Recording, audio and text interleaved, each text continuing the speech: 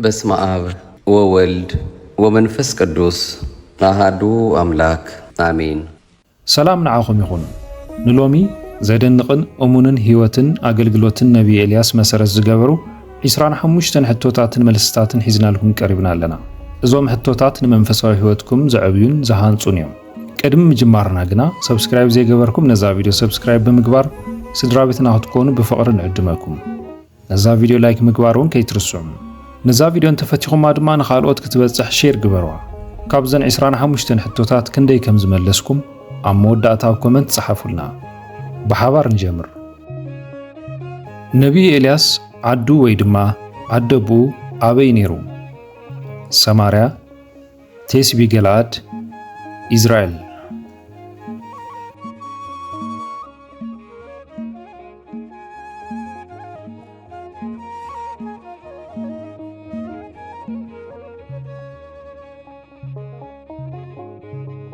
መልሱ ቴስቢ ገለዓድ እዩ።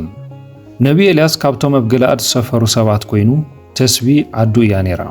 ስለዚ እውን እዩ ኤልያስ እቲ ቴስብያዊ እናተባህለ ዝጽዋዕ ዝነበረ።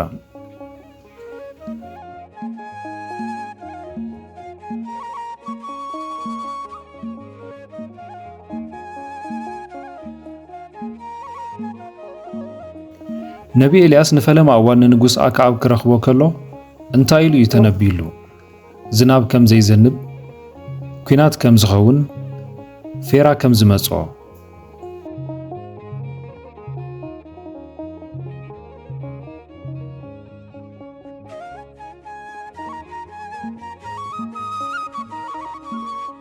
መልሱ ዝናብን በረድን ከም ዘይዘንብ እዩ። ኤልያስ እንትርፊ ብቓል ኣፈይ ኣብዘን ዓመታት እዚአን ኣውሊ ኾነ ዝናብ ኣይክኸውንን ኢሉ ንኣክዓብ ነገሮ።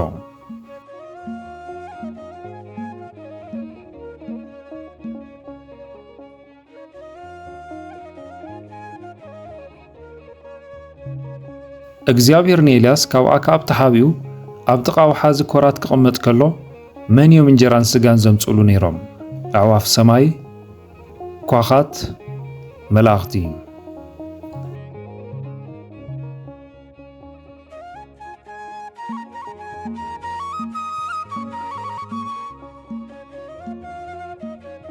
መልሱ ኳኻት እዩ። እግዚአብሔር ንኳኻት ንኤልያስ ኣብ ተዋሓዚ ከሎ ንጉሆን ምሸትን መግቢ ክህቦ ኣዘዞም።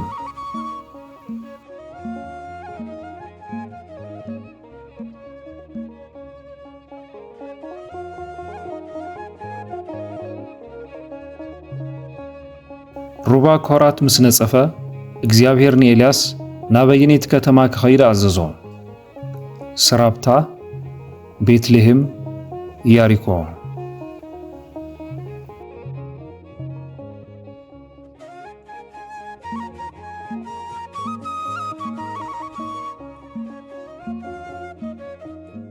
መልሱ ሰራፕታ ናይ ሲዶና እያ። እግዚአብሔር ንኤልያስ ናብ ሰራፕታ ክኸይድ ኣብኡ ድማ ሓንቲ መበለት ሰበይቲ ክትምግቦ ከም ዝኣዘዘ ገለጸሉ።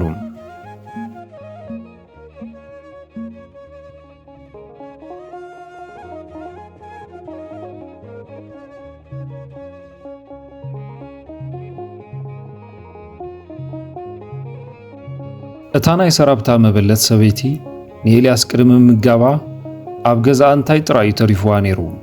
ሒደት ሓርጭን ዘይትን፣ ሓደ እንጀራን ማይን፣ ስገም ጥራይ።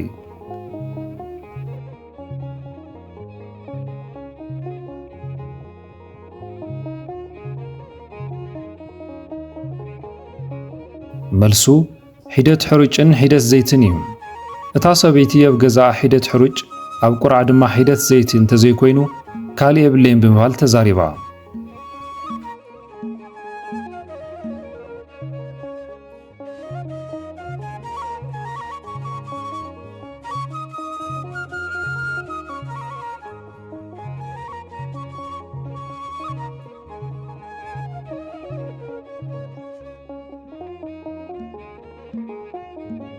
ነቢይ ኤልያስ ነታ መበለት ሰበይቲ ብዛዕባ እቲ ሓርጭን ዘይትን እንታይ ኢሉ ተነብየላ? ኣይክውዳእን፣ ጽባሕ ክውዳእ እዩ፣ ናብ ወርቂ ክቕየር እዩ።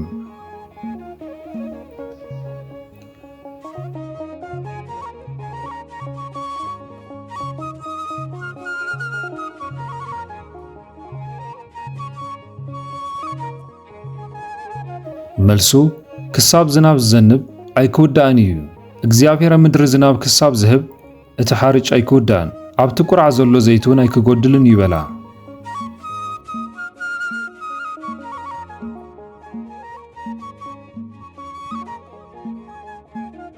ወዲ እታ ናይ ሰራፕታ መበለት ሰበይቲ ሓሚሙ ምስ ሞተ ነቢ ኤልያስ እንታይ ገይሩ እዩ ዘተንስኦ? ኣብ ልዕሊኡ ብምድቃስ፣ ብበትሩ ብምንካእ፣ ማይ ብምግጻብ።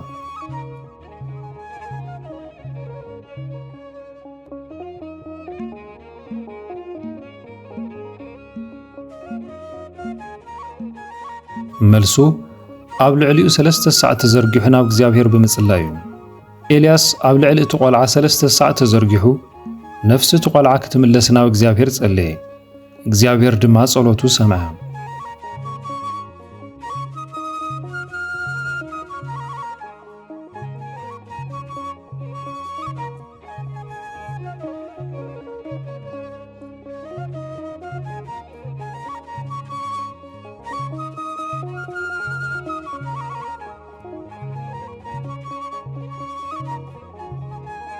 ኣብ ሳልሰይቲ ዓመት እቲ ዝነበረ ድርቂ እግዚኣብሔር ንኤልያስ ናብ መን ክገልጽ እዩ ዝኣዘዞ?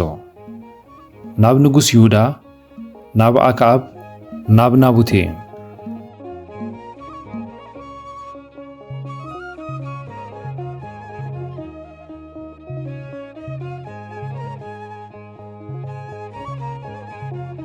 መልሱ ናብ ኣክዓብ እዩ። ድሕሪ ብዙሕ መዓልትታት እግዚኣብሔር ንኤልያስ ኪድ እሞ ንኣክዓብ ተረእዮ። ኣነ ድማ ምድሪ ዝናብ ክህብ እየ እሞ በሎ።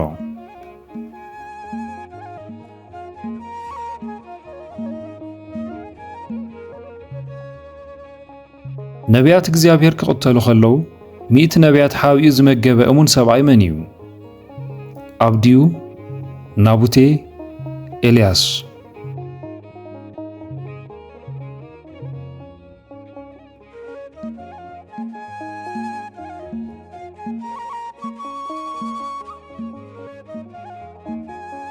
መልሱ ኣብድዩ እዩ። ኣብድዩ ንእግዚኣብሔር ኣዝዩ ዝፈርህ ሰብኣይ ነይሩ። ነቶም ነቢያት 50 ገይሩ ኣብ በዓቲ ሓቢኡ እንጀራን ማይን መገቦም።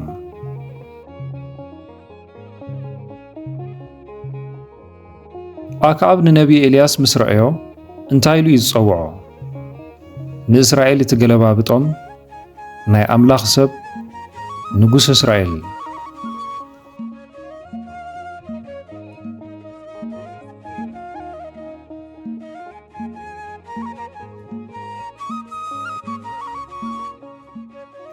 መልሱ ንስኻ ዶ ኢኻ ንእስራኤል እትገለባብጦም ዘለኻ እዩ።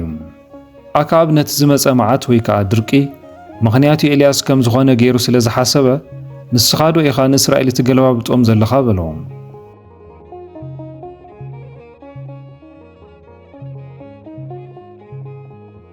ነቢ ኤልያስ ንናይ በዓል ነቢያት ንኹሉ እስራኤልን ኣበየናይ ከረን እዩ ክእከቡ ዝኣዘዞም?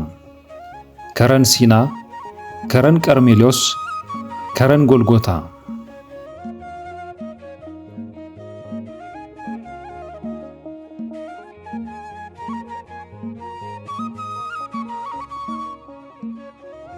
መልሱ ከረን ቀርሜሎስ እዩ። ኤልያስ ንኣክዓብ ኩሉ እስራኤልን እቶም 450 ናይ በዓል ነቢያትን ኣብ ከረን ቀርሜሎስ ክእከቡ ነገሮም።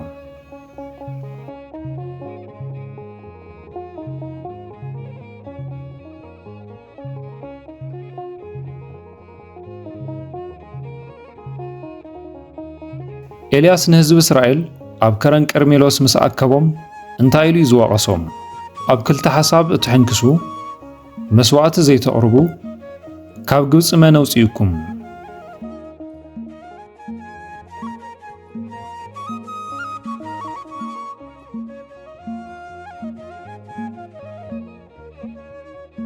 መልሱ ክሳብ መዓዝ ኢኹም ኣብ ክልተ ሓሳብ እትሕንክሱ እዩ። ኤልያስ እግዚኣብሔር ኣምላኽ እንተኾይኑ ንዕኡ ሰዓቡ፣ በዓል እንተኾይኑ ድማ ንዕኡ ሰዓቡ ምባል ኣብ ክልተ ሓሳብ ካብ ምሕንካስ ክወፁ ተዛረቦም።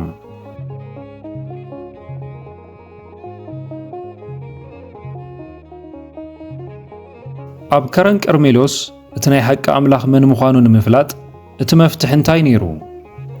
ብማይ ዘጥፍእ፣ ብሓዊ ዝምልስ፣ ነጎዳ አሰድድ።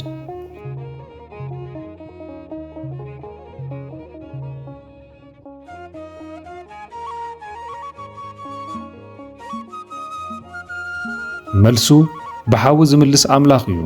እቲ መስዋዕቲ ሓዊ ከይኣጎድሉ ነቲ ቁርባን ብሓዊ ዝምልስ ኣምላኽ ንሱ ናይ ሓቂ ኣምላኽ ከም ዝኸውን ውዕል ኣተው።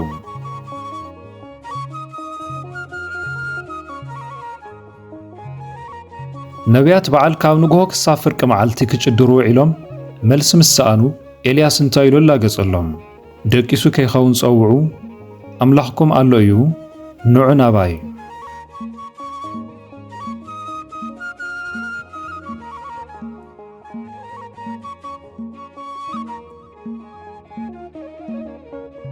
መልሱ ደቂሱ ክኸውን እዩ እሞ ዓዊልኩም ጸውዑ በሎም።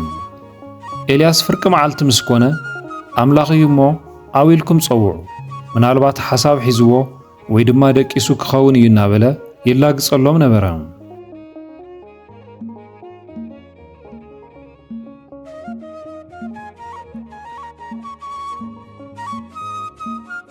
ኤልያስ እቲ መሰውእ እግዚአብሔር ምስ ኣዳለወ ኣብ ዙርያኡ ጉድጓድ ኩዒቱ ክንደይ ዕትሮ ማይ እዩ ከፍስስሉ ዝኣዘዘ? 3 ዕትሮ፣ 4 ዕትሮ፣ 7 ዕትሮ።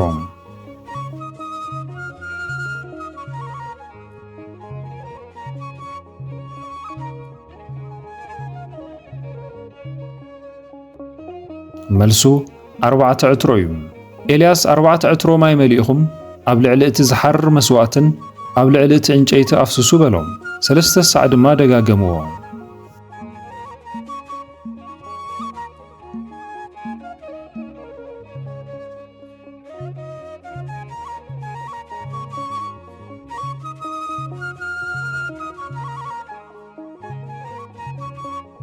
ነቢ ኤልያስ ጸሎቱ ምስ ወድአ ካብ ሰማይ እንታይ ወረደ? ሓዊ፣ ከቢድ ዝናብ፣ በረድ።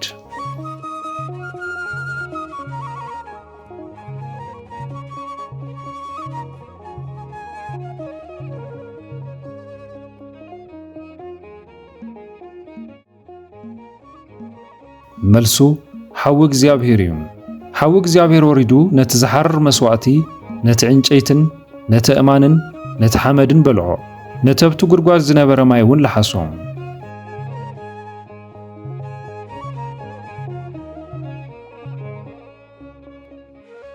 ህዝቡ ኩሉ ነቲ ሓዊ ምስ ረኣዩ እንታይ ኢሎም ኣብ መሬት ተደፍኡ? እግዚአብሔር ኣምላኽ እዩ፣ ኤልያስ ንጉስና እዩ፣ በዓል ሓቀኛ እዩ።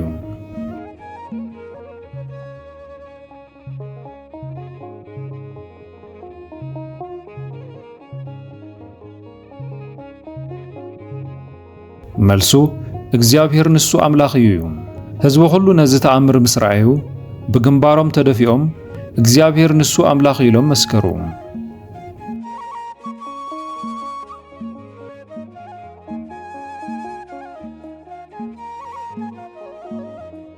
ኤልያስ ነቶም 450 ናይ በዓል ነቢያት ኣበይ ወሲዱ እዩ ዝቐተሎም? ኣብ ሩባ ቂሶን፣ ኣብ ከረን ኮሬብ፣ ኣብ ኢዝራኤል።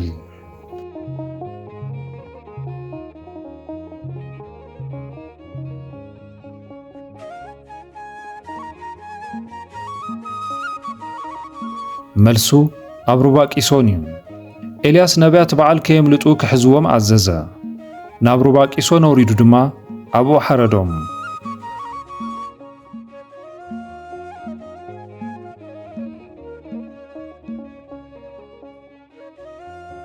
ንግስቲ ኤልሳቤጥ ንኤልያስ ክትቀትሎ ከም እትደሊ ምስ ኣፈራርሐቶ ኤልያስ ፈሪሁ ናበየናይ በረኻ እዩ ዝሃደመ? ናብ ቤርሸባ፣ ናብ ግብፂ፣ ናብ ዮርዳኖስ።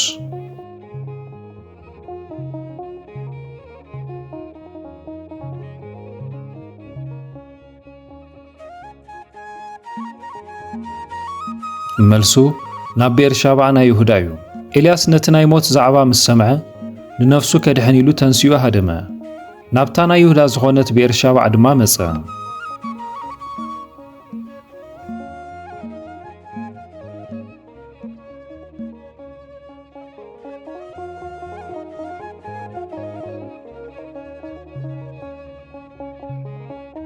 ኤልያስ ኣብ ትሕቲ ኦም ክልዖ ኮይኑ ኦ እግዚኣብሔር ሕጂ ኣኽለኒ ነፍሰይ ውሰዳ ኢሉ ክጽሊ ከሎ መን እዩ ተንሲኡ ዝመገቦ?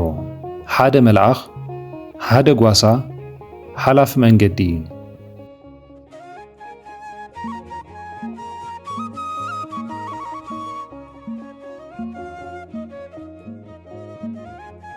መልሱ ሓደ መልኣኽ እዩ። ኤልያስ ደቂሱ ከሎ ሓደ መልኣኽ ተንኪዩ ተንስእ እሞ ብላዕ በሎ። ክርኢ ከሎ ድማ ኣብ ርእሱን እምኒ ዝተጠብሰ እንጀራን ቁራዕ ማይን ጸንሖ።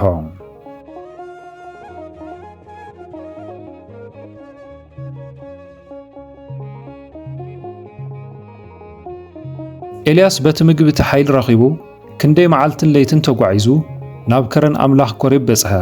40 መዓልትን ለይትን 7 መዓልትን ለይትን 3 መዓልትን ለይትን።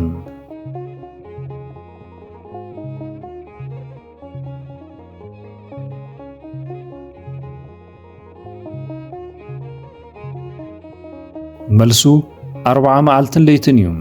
ኤልያስ ተንስኡ በልዐ ሰተየን። በቲ ምግቢ እቲ ሓይሊ ረኺቡ ድማ ክሳብ ከረን ኣምላኽ ኮሬብ 40 መዓልትን 40 ለይትን ተጓዓዘ።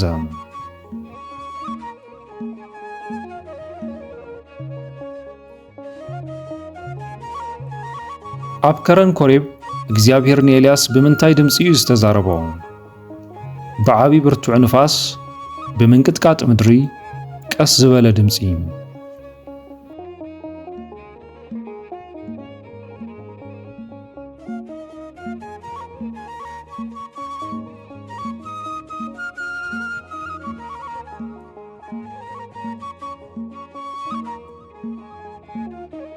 መልሱ ብጥዑም ቀስ ዝበለ ድምፂ እዩ። እግዚኣብሔር ኣብቲ ብርቱዕ ንፋስ፣ ኣብቲ ምንቅጥቃጥ ምድሪ ወይ ኣብቲ ሓዊ ነበረን። ድሕሪ እቲ ሓዊ ግና ቀስ ዝበለ ጥዑም ድምፂ መጸ።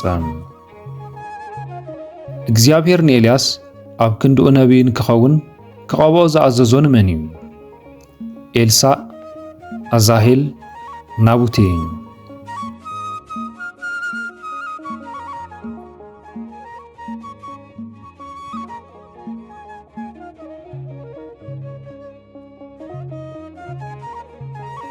መልሱ ኤልሳዕ ወዲ ሳፋጥ እዩ። እግዚኣብሔር ንኤልያስ ንኤልሳዕ ወዲ ሳፋጥ ኣብ ክንድኡ ነቢይን ክኸውን ክቐብኦ ኣዘዞም።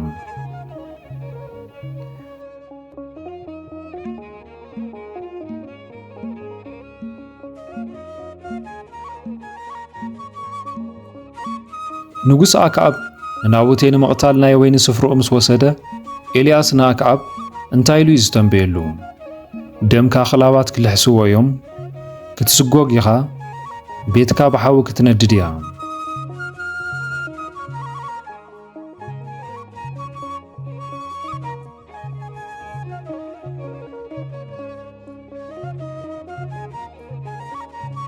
መልሱ ከምቲ ደም ናቡቴ ኣኽላባት ዝለሓስዎ ደምካ እውን ክልሕስዎ እዮም እዩ።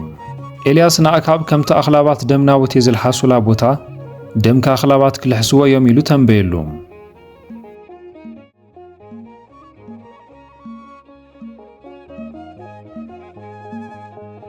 ነቢ ኤልያስ ናይ ምድሪ ኣገልግሎቱ ፈጺሙ ናብ ሰማይ ክዓርግ ከሎ ብምንታይ ተወሲዱ? ብሰረገላ ሓዊ፣ ብመላእኽቲ ክንፊ፣ ብደበና ሰማይ።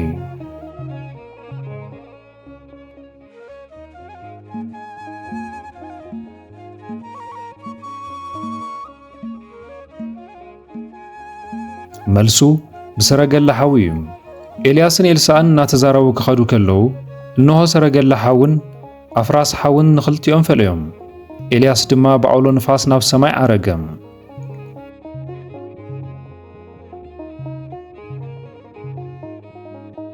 ጀሚርና ንኽንውድእ ዝረደአና እግዚኣብሔር ኣምላኽ ይመስገን። ንሎሚ ዘዳለናዮ 25 ሕቶን መልስን ብዛዕባ እቲ ንእግዚኣብሔር ብእምነት ዘገልገለ ነቢ ኤልያስ ኣብዛዚምና ኣለና። ካብ 25 ክንዲ ሕቶታት ከም ዝመለስኩም ኣብ ኮመንት ጽሓፉልና። እዚ ትምህርታዊ መደብ ንክርስቲያናዊ ህይወትኩም ክሃንጽ ተስፋ ንገብር። እዚ ቪድዮ ጠቃሚ ኮይኑ እንተረኺብኩሞ ላይክ ብምግባርን ንኻልኦት ሼር ብምግባርን ኣካፍልዎ። ተመሳሳሊ ትምህርቲ ንምርካብ ድማ ሰብስክራይብ ምግባር ኣይትረስዑ። ሰላም ኣምላኽ ምስ ኩላትና ይኹን።